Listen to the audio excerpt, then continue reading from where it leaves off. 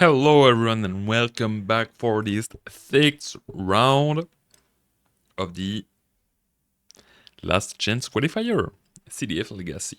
Okay, I'm gonna return where I belong, there. And yeah, so we have, there is a bit of change. You were used to odd round number, and now it's a 6. I don't know what happened, but every other round is cast. One time it's in French, one time it's in English. I messed up somewhere. I don't understand what I did.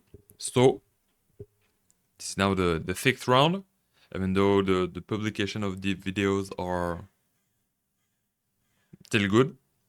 I did not repeat myself in French or English. Well, deal with it. In the 6th round, you did not see the 4th or the 5th. And we have there Hugo Baguette on red Stompy.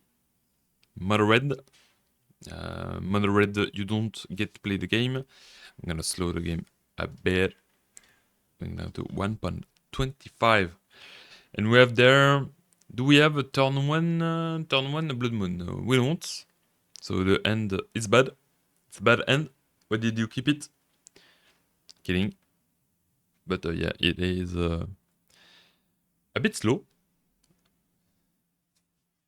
for moderate prison. Usually you like to have a threatened one, but you can't always have that. I don't know if he knows the matchup in advance against the blue-black reanimator, but especially on the draw, I think I would have tried to mulligan into... Do I? I don't know. You have the Blood Moon, you have the Fury is not really that good. Fable is pretty good. And what would I take with the 30s there? Depends really on my own hand. I think it's either the Blood Moon, Pyrogoyf. Okay, that's I guess the last card I would have taken. I think it would have been either the Blood Moon or the One Ring for me. I don't really care about Fable. It's a bit too slow. Yeah, I don't really understand the Pyrogoyf. I guess he's gonna try to win through Tamio. I don't understand, because Barogoyf will always leave a Pyrogoyf effect. Yeah, I don't understand. Okay, so we have at our right Andy, hello there, on blue-black reanimator, the Boogie decks, the Boogie deck of the format, surveilling and reanimating the Pyrogoyf. Okay. So that's why he did that. But now he's gonna play under Blood Moon. Wait, is that a fetch in his hand? I cannot see because flicking the card a bit too much. And we don't see the Pyrogoyf power because the quality not that good. But hey, I like this. I like that. It's just clean, just the number. And we have the Blood Moon there. Okay, so Days took a bit of a risk though, because yeah, no fetchland, so yeah. And Fury pitching out a Pyrogoyf. It's gonna be... Yeah, you can order that in the right amount. There is no creature right now in the... So it's a 3-4, it seems. And you can stack the free effect. So I'm gonna do a little pause and I'll explain that with the epic pen. So the Fury enters the battlefield and you have two effects. Effect 1, deal damage. Deal. I'm gonna, yeah. Effect 2, die. DD. the DD effects, okay? And so you can stack up. So you put first the die one, then the deal one, and you resolve in the opposite order. So it's gonna deal the damage first on this Pyroglyph. The effect resolves. The Fury is still on the field, so no creature in the graveyard. So the Pyroglyph is dealt 4 damage. He has 4 toughness. Pyroglyph dies. Then the Fury goes to the graveyard. So that's why it works. And so we're gonna 2 times speed that until they understand. They do understand. Okay. Okay. Going back to I think it's matchup where we can be 1.5. And wastelanding the City of Traitor. No pressure from Andy. That's been resolved by Hugo. I'm still not that sure about that Thoughtseize because I don't know if Pyroglyph is one of the threats. I think I prefer to keep. Wait, what?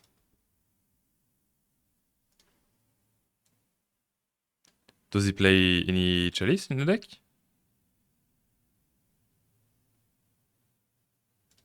Okay. Come on. Ah, Big Ben. Come on. Okay. It's a bit of a numbo, huh? With I think most of the time player plays unlicensed Earth, but there it is, the Soulgate Lantern into Chalice. I don't understand. The Murktide. That's a big boy. And killing quite fast. Hugo with a 12 life. I guess there is a cost to those flip lands there. Those 6 life minus 6 life. I don't know where he did lose the 2 other life. Fatal Push, okay. So there was Reanimate, so he plays Fatal Push main deck. I do not play any removal main deck in my Reanimator deck, personally. Well, I won't play a Reanimator anyway, so yeah. Hugo conceding to Andy. And yeah, still not sure about that Pyroglyph. But it worked out. It was a bit risky though, because if you go top decked with, for the Blood Moon, any Simian Spirit Guide or Lotus Petal effect, Andy was in big trouble. Big trouble. So, bit risky plays, and I think I would have preferred to keep the Reanimate for either the combo, my own combo, or... I mean, I know the Fury in the graveyard in the end. So I know the Pyroglyph can be Death Wolf. And I know there is a lot of cards in the Red Stompy deck that can be pitched. It's not really that much of a cost, honestly, the Fury. So. And now we have the typical Reanimator siding, where you don't really know, do I put back the combo? Do I not? My opponent is playing Soulgate Lantern main deck in his Chalice mono red deck, Stompy deck. I'm really sure to keep the combo in. Isn't my opponent playing like 20 Fairy Macabre and Surgicals and Leyline of Void? Who knows?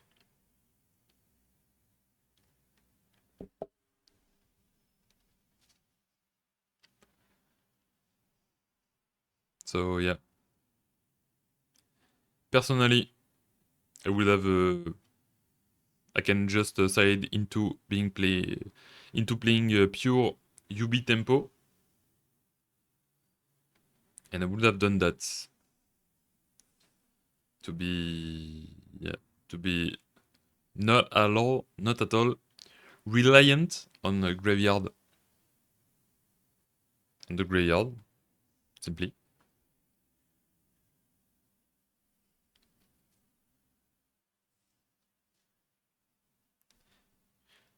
Hugo going down to 6 on the play. It's important to keep a good hand, but Force of Will can be there. And Ley Line of the Void, okay.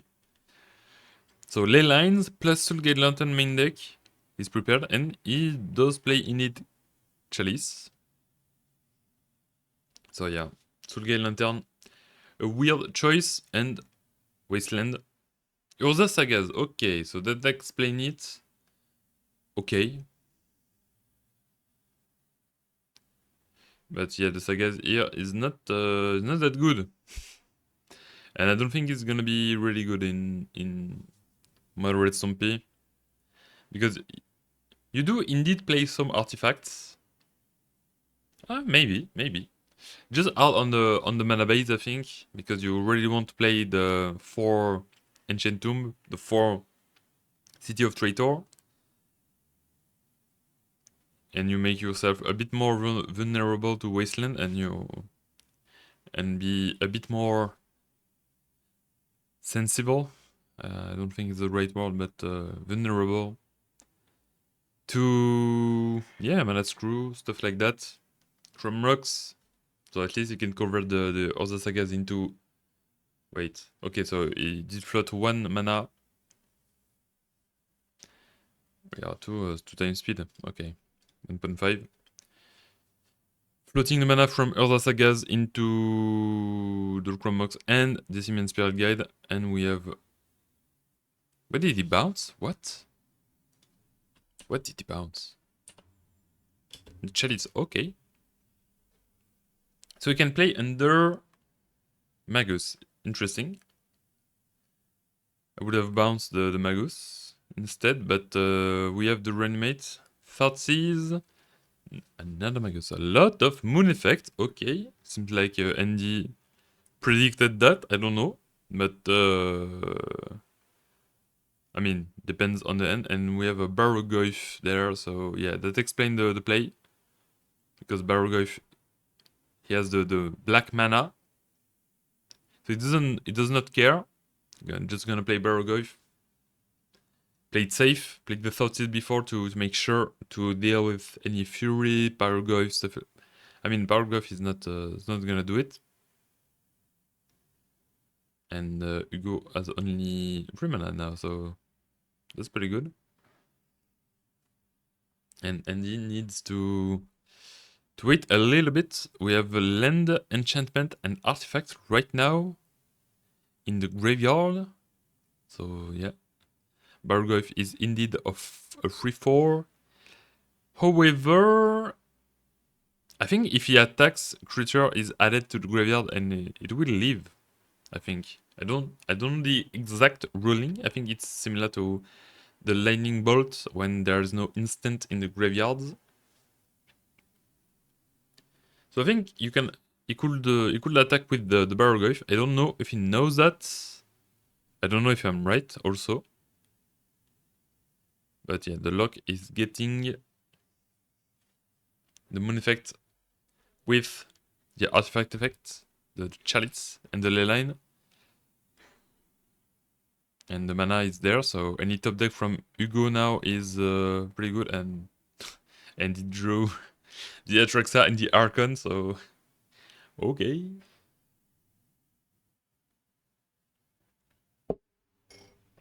I'm not sure about that mechanics. I'm gonna check it out.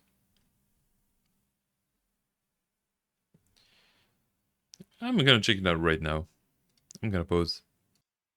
Well, it seems that the chat GPT say that I am right. So yeah, we have the situation here. You have a Tarmogoyf, it is in combat, blah, blah, blah, blah. Okay. Those Tarmogoyf lives, depends. And exact timing of combat damage. Let's break it down. Static abilities. So +1, you know that. Combat damage state based stuff. So once the graveyard Tarmogoyf sees the new creature card, so it update instantly. Let's say the graveyard empty attacks and is blocked by 2/2 bear. It's gonna die though. Tarmogoyf. Okay, so adding the giant growth into the mix. Well, the key point is that the creature card enters the graveyard before the state-based actions are checked to destroy the creature. So Tarmogoyf can potentially survive. So ChatGPT say that I am right. It's ChatGPT though, so not 100%. You should check it out with a head judge in a tournament settings. But from my perspective, I would have asked the judge before, but I think it was possible for Andy to attack a bunch before and be in a really good situation here. However, there is the bombardier that will deal with the Barrowgoyf, which went to 4/5, but Magus is a free mana value of 3, so +2 is 5, and 5 is equal to 4/5, 5 toughness. And unfortunately, Andy is being quite locked up here.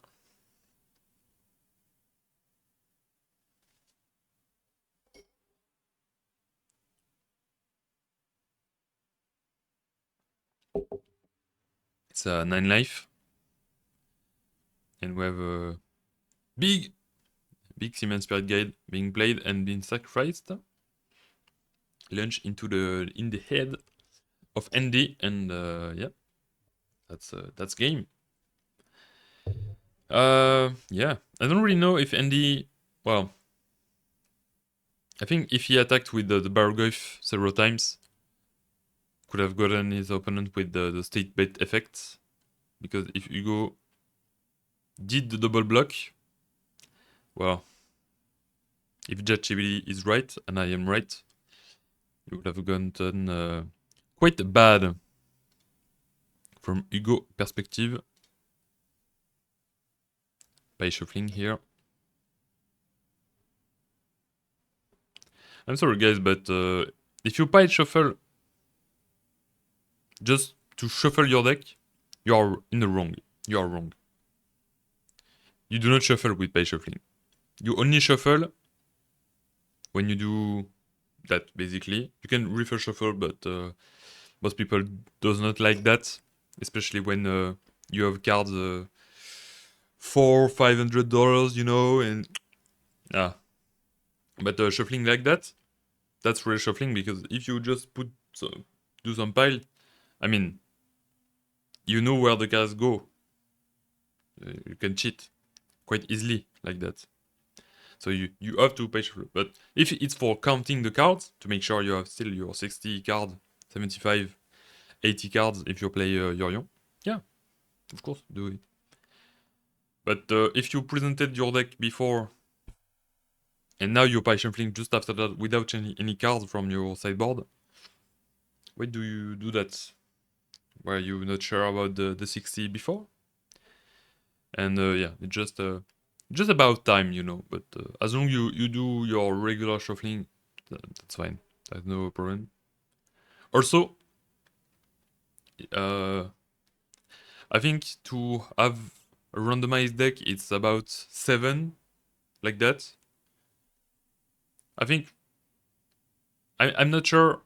I think if you do it well 7 times, yeah, okay. But I would go to 10 to make sure it's sufficiently randomized. But yeah, some player likes to shuffle a lot. Also, to gain time, that's a tip from a control player that never has enough time. You can, after a fetch, for example, you don't really look into your deck, and you can just like shuffle 1-2 times and just give directly to your opponent the deck. Okay, Hugo going down to 5 cards on the draw. Seems looks like it's not that good, but I mean, it's red Stompy. You can still gamble into your opponent not having any force of will, especially on the play, and you can resolve maybe a Blood Moon, turn one, a Chalice that wrecks Andy's plan here.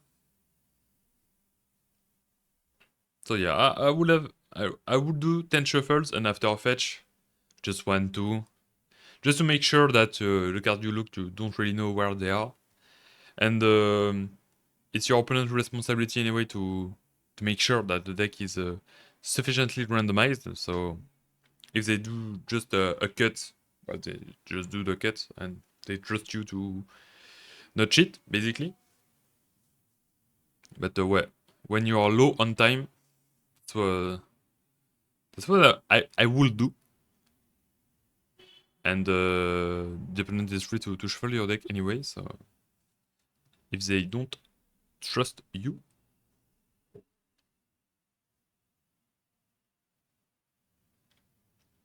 So what's happening here?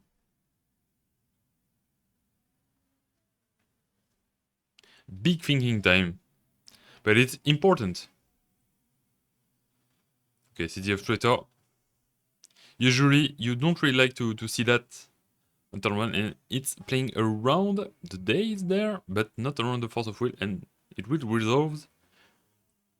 We know there is a force of will, but Andy is lucky. That's the thing with Chalice of the Void is that sometimes Primula playing the Magus into the days there.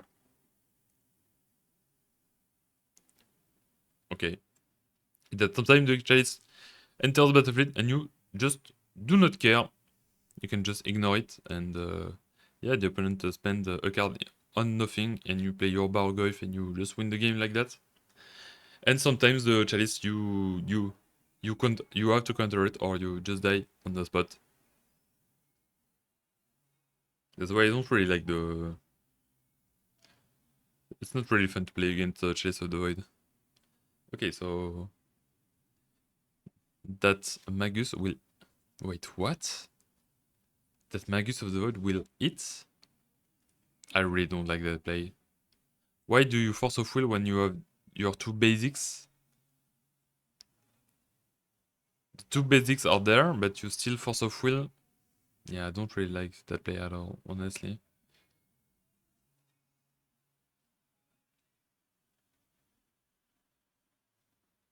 But there is no threat from any side. But the Magus is not that. The clock of a Magus is not that fast. And yeah, the clock from Earth Saga is not being inserted. Because, yeah, the. And Soulcade Lantern, so no reanimate will be done there.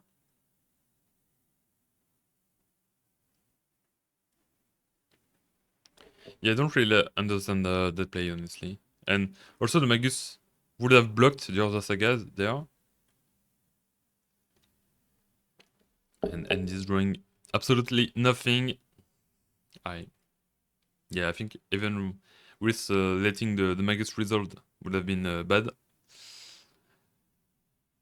Okay, preventing the Myrtile Regent. Good plays from Hugo, and yeah, that will be game. Okay.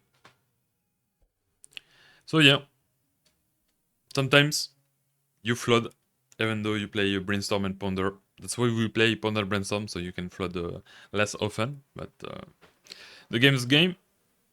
The game sucks sometimes, really bad.